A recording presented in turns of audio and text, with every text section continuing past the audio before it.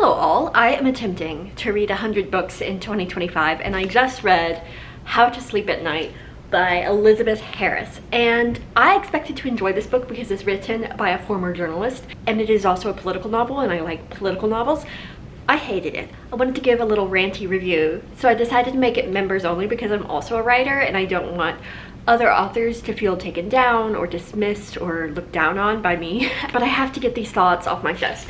I also need to do my makeup before work. How to Sleep at Night by Elizabeth Harris. The story is set in New York City, which should be cool. It's also set in like the New York suburbs, like Jersey is the predominant suburb of the story.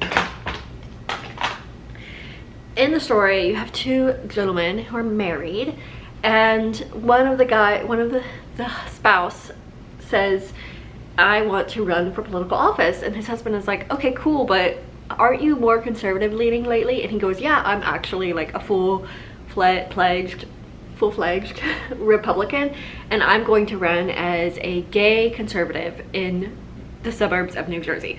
And his husband is really upset by this because he's not a Republican, he's pretty liberal minded. He's also a high school teacher at a performing arts high school in New York City.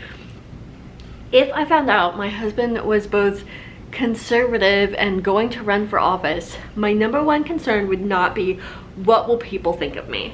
But that was this man's number one concern throughout the book, is what will my students think of me? What will my friends think of me? People will be so disappointed in me because my husband is a gay Republican. I thought that was weird framing, because no matter what my boyfriend believes, no matter what my partner believes, my beliefs are pretty clear. Like, my friends don't need to double check, are you a Republican, because your boyfriend is acting like a Republican. They know, number one, my boyfriend doesn't act like a Republican, but they know that I am a Democrat. They know that I will always fight for human rights and that I will stand up to things that I believe are wrong. And if my boyfriend were to ever run for political office, and if he was to run as a Republican, that would immediately be a problem, because I'm pretty involved and active and outspoken about what I believe, and people know what I believe. So I just was really irritated throughout the entire story, because his number one concern as he is dealing with his husband running for office is not that his husband is a Republican and is embracing abhorrent policies that will actually hurt people's lives. His number one concern is, what will people think of him? How will his students viewing him as betraying them? Because, for example, in part of the story, he has a student who is an immigrant, and his parents they don't have proper paperwork, so his student is threatened with deportation, and he's so upset that this student thinks that he supports mass deportation because his husband is running for office on a platform of mass deportation.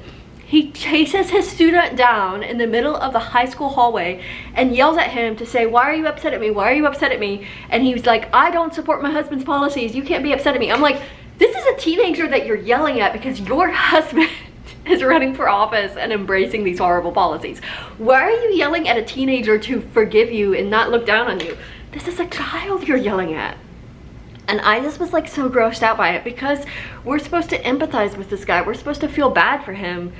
And the only reason that he's upset at his husband is not because his husband actually believes these things. It's because other people think that he believes those things. And what a gay white man thing to like, maybe the author understood that this is privilege, but I don't think it's really addressed. Eventually his husband like loses his race, but at the end of the book, spoiler alert, his husband loses his race, and they just like move on with life. Like, you know, there's always going to be tension from him running for office, but he'll say throughout the story, like, he's never seen his husband so energized, he's never seen him so excited to, you know, make a difference and blah blah blah, and he's like so sexy because he's so energetic, and he hasn't ever been this sexy before. Like, he's never been as sexy as he is when he's planning to campaign. And I'm sorry, after all that framing, you just can't go down and yell at a student for disagreeing with you when you were just you can't go yell at a student who's upset at you because your husband is running a platform of mass deportation, when chapters earlier you were saying your husband is super sexy after he's been out campaigning all night. Like, excuse me, we're literally blaming the child for making you feel guilty while you're also enjoying sex with your husband. Like, I'm sorry, it's just, it was just really obnoxious. Okay, the second part of this book, I finished doing my makeup. I kind of made my eyes a little pinker than I expected, but we need to talk about the second plot of this book. The secondary plot going on is the candidate's sister. Her name is Kate, and she is a journalist for a big newspaper in New York City. And her old flame comes back into her life. That old flame is named Nicole. Nicole is bisexual. She is married to a man. She has an 8- and 5-year-old, and she has moved back to the New Jersey suburbs and is feeling like deeply unfulfilled as a stay-at-home mom and housewife. She states multiple times that the only reason she is a housewife is because when her kid was, like, she was 8 months pregnant, she got laid off, and then her kid was born, and it was this really hard to job hunt, and her husband makes plenty of money, and she just eventually just decided to stop job hunting and just focus on raising her kids.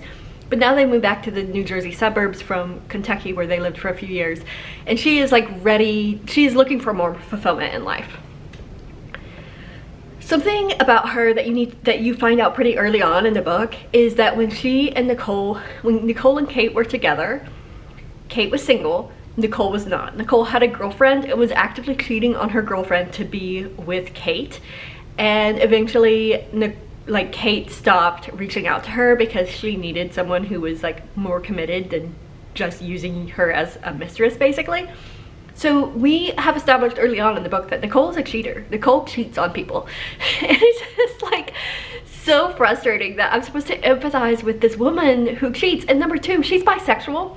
And the narrative that a bisexual woman is a cheater is like pervasive in media. And I'm also bisexual, and it was just so like frustrating to see this narrative in the story, and it to be like Kate's brother-in-law is like, you're crazy for like hooking up with Nicole. Like, why are you hooking up with a married woman who is cheating on her husband? And I'm like, Kate, you're crazy. Why are you doing this? Like, as a reader, I'm like, Kate, why are you going back to Nicole?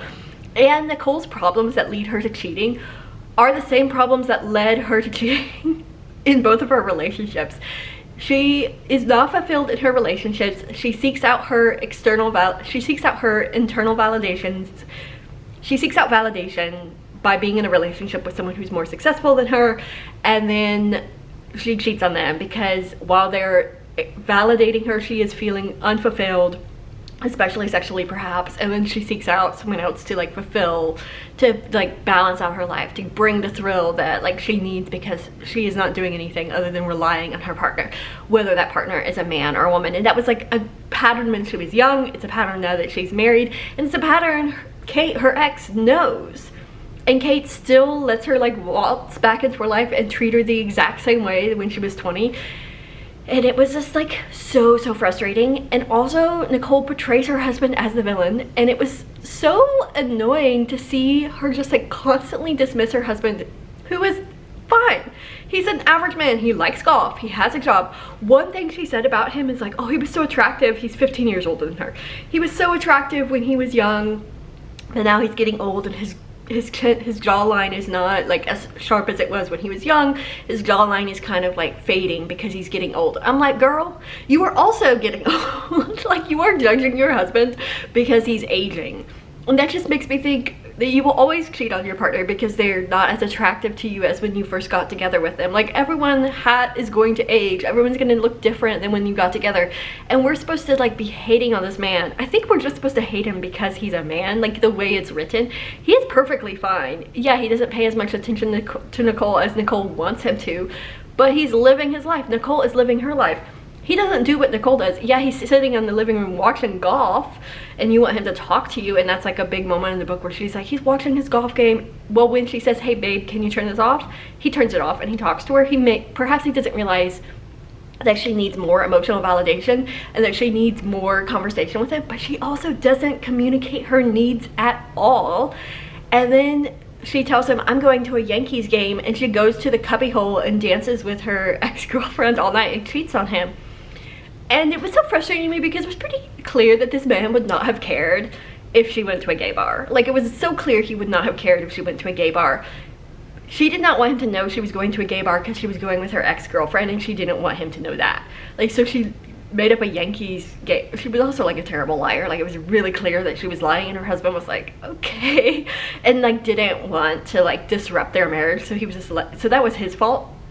And then when she eventually like tells him, hey, I'm cheating on you, he gets really upset, and then he finds out it's a woman, and his response at first is very biphobic. He's like, oh, it doesn't matter as much, but he later clarifies when she asks him, when they both calm down, he clarifies that he didn't feel threatened as a man. Like, if it was another man, he would have felt like he could never get Nicole back, but if she was cheating on him with a woman, that he felt like he could, it wasn't because of him, it was just her seeking out something other than him. Like, it wasn't his failures as a man that would lead to her cheating, it was because it was a woman, and a man could never fulfill like the emotional energy that a woman provided, and so it wasn't necessarily on him that she was cheating, which I understood his viewpoint on that. Like, he didn't feel like he was in competition if Nicole was cheating on him with a woman. And the thing that got the part about their marriage dissolving that was so annoying to me is that she insists that he move out. She's a stay-at-home mom who has chosen not to work, who has chosen not to pursue a job. He has never told her not to work. He's continued to provide for her. He's done everything for her. He takes care of the kids when she's overwhelmed. He wakes them up every day. He like, he's a good husband. Like, he's decent. Like, he's a man, obviously, but he's a decent husband. And she's like, I don't want to be married anymore, so you need to move out. Excuse me? It's his house that he paid for. He has done nothing wrong. He's done nothing to you. Like, maybe he's white toast, but like, he's not done anything wrong. Why should he move out of the house when you're the one who's off in New York City gallivanting, cheating on him? I just like, Nicole was just such a terrible character. Like, I really hated her. This book was full of terrible characters. We had a gay Republican, his husband, who only cared what people thought of him, Kate the reporter, who knew that her brother had a DUI and knew the newspaper was going to report on it, and then told her brother, and then got fired from the newspaper and blamed the newspaper. And then Nicole, who's cheating on her husband and insists he has to move out when she tells him, hey, I've been cheating on you, you gotta go. And that is this book in a nutshell.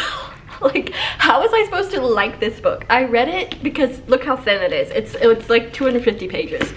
Let's see. It's 290 pages. Elizabeth Harris is a New York Times reporter, and I think she should just, and I personally think she needs to stick with just reporting. Like, please don't go back to writing novels with terrible characters and getting all this praise from other New York Times best-selling authors when you're writing was absolutely garbage. Okay, that is my opinion on this book. Don't read it. You don't need to read it. Also, if your husband is a Republican and he's running for office, maybe don't be married to him. Anyway, thanks y'all for watching this video. I've been thinking, like, will I leave this members only or will I share it to the public? I don't know. How am I supposed to know my own mind at 9 o'clock in the morning? Anyway, I'm going to finish drinking my coffee, and I'll see y'all all on the internet. See y'all later. See ya.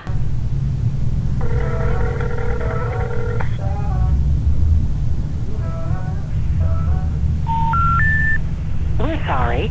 You have reached a number that has been disconnected or is no longer in service.